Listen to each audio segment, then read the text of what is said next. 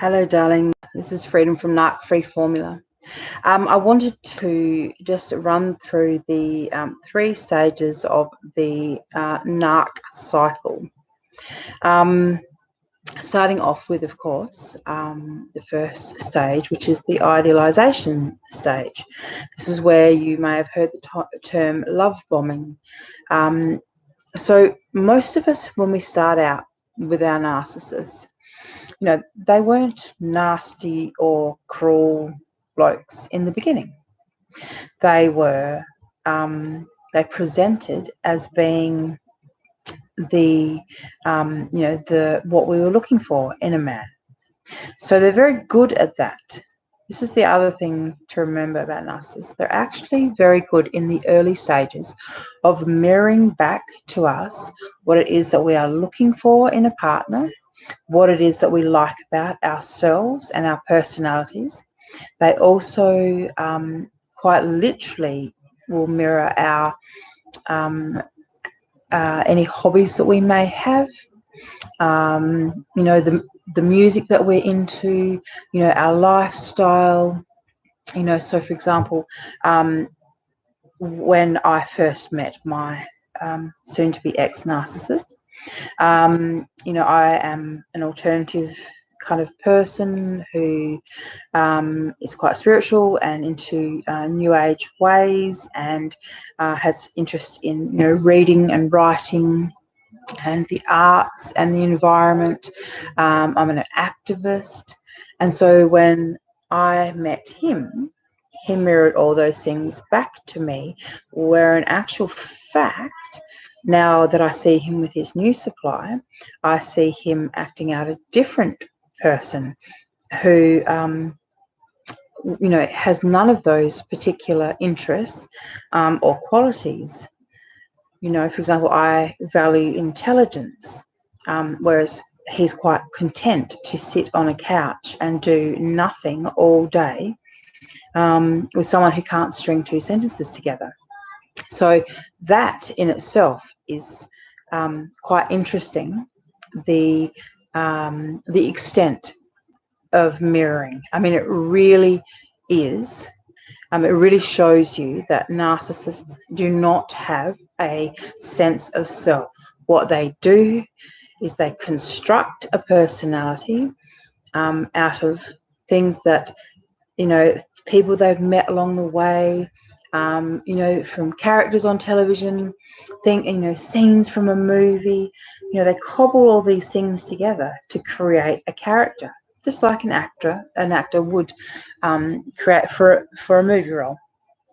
So they create these characters, and they play this role, and they hide their intentions. They hide an entire side of, they hide who they really are. That's actually what they're doing.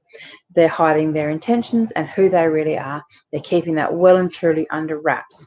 So you'll be thinking that you have met someone who is just like you. They will listen to everything you are telling them. They are very, you might not notice, but they are very observant. They are taking note on a whole lot of things, not just what you do and what you say, but on what you don't do and don't say. They make observations about things like, your furniture, the way your house presents, your car, your belongings, your friends, the people that you've got around you, your family. They make a lot of observations because as they are putting you through your paces, they are testing out to see whether or not you are going to be good supply to them. And ideally, good supply is going to be someone who they can keep stringing them along for a long time, someone who will keep giving them supply, someone who doesn't have very good family support or a very good social network, because the last thing a narcissist wants is, people telling their new supply, oh,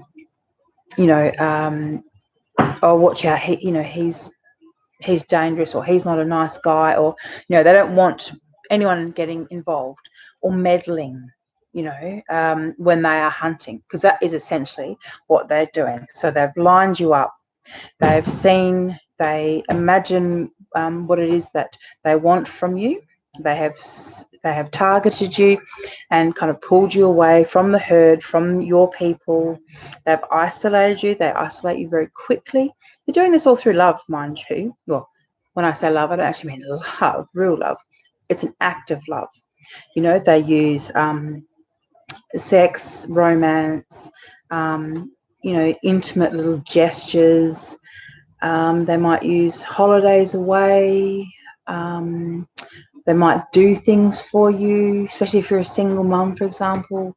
I have known quite a few people who are single mums whose narcissist, you know, kind of swoops in, targets the children. They're fixing the kids' bikes and, you know, that kind of thing. And that's how they get to their victim, you know, by being seen to be a really nice guy and a really genuine guy, when in actual fact they are complete and utter opposite, but they put on a really good act.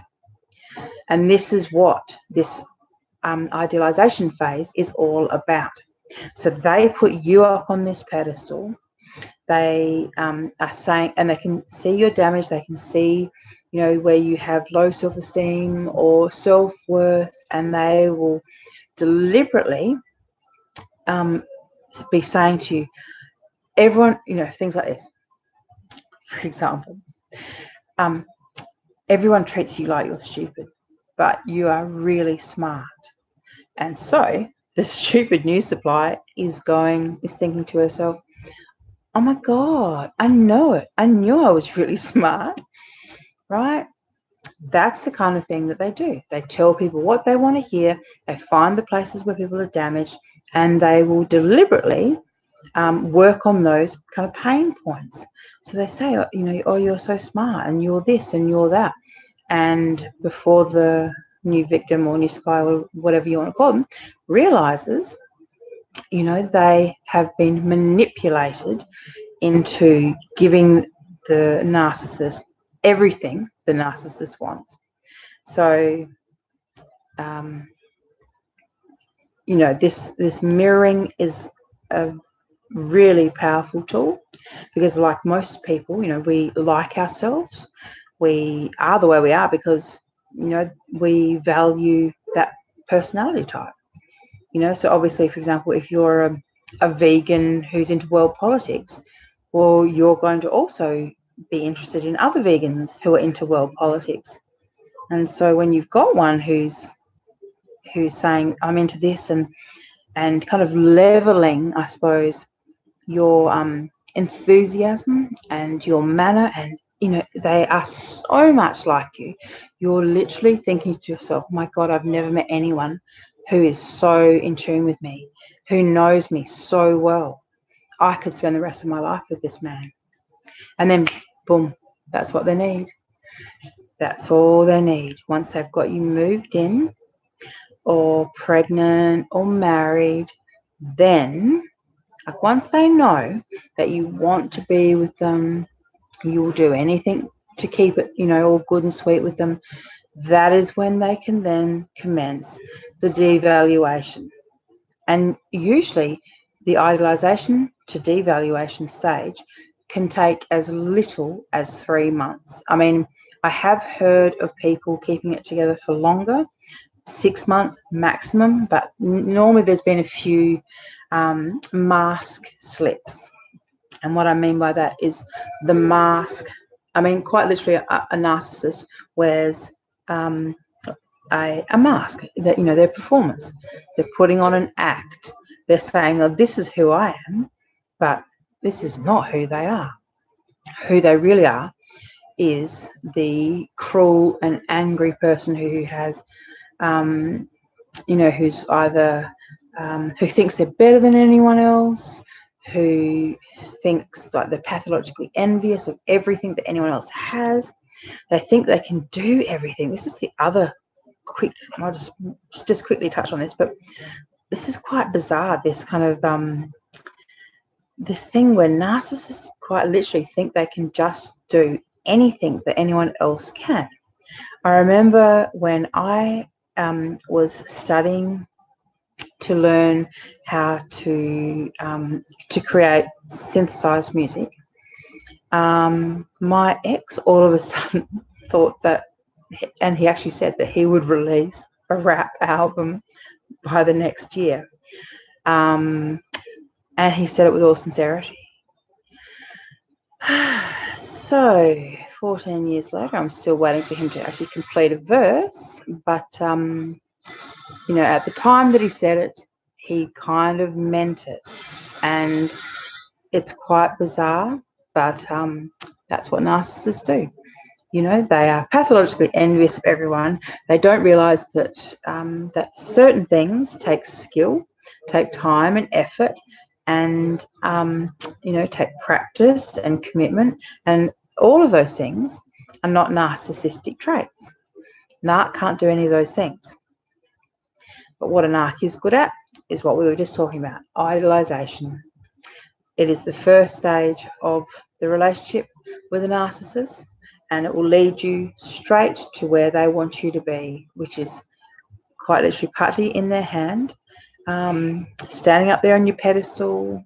You know, your friends have all gone because they have said to you, you're so much better than everyone else, or they're just jealous of you. You know, they don't have a man like you do, you know, or she tried to crack onto me when you left the room. She's always been giving me the eye. You know, they're very manipulative. They isolate you, and they will do it in whatever way whatever way they can. They don't care. They have no shame. It's all just a game to them.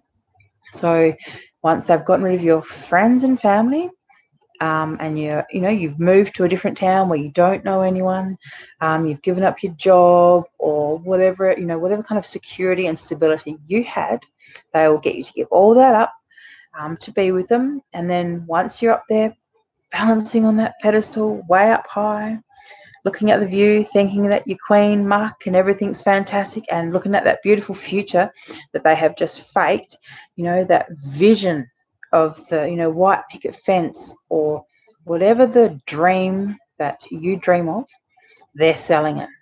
And there you are up on that pedestal. And that is when you're going to get that pedestal kicked out from underneath you. And that is devaluation stage. So we'll talk about that more in my next video. Thank you for joining me. This is Narc Free Formula. My name's Freedom Vivian, and you can follow us on Facebook. And if you'd like to leave your name or any details in the comments, if you want to speak more one-on-one, that can be arranged also. Thanks. We'll talk again soon. Bye.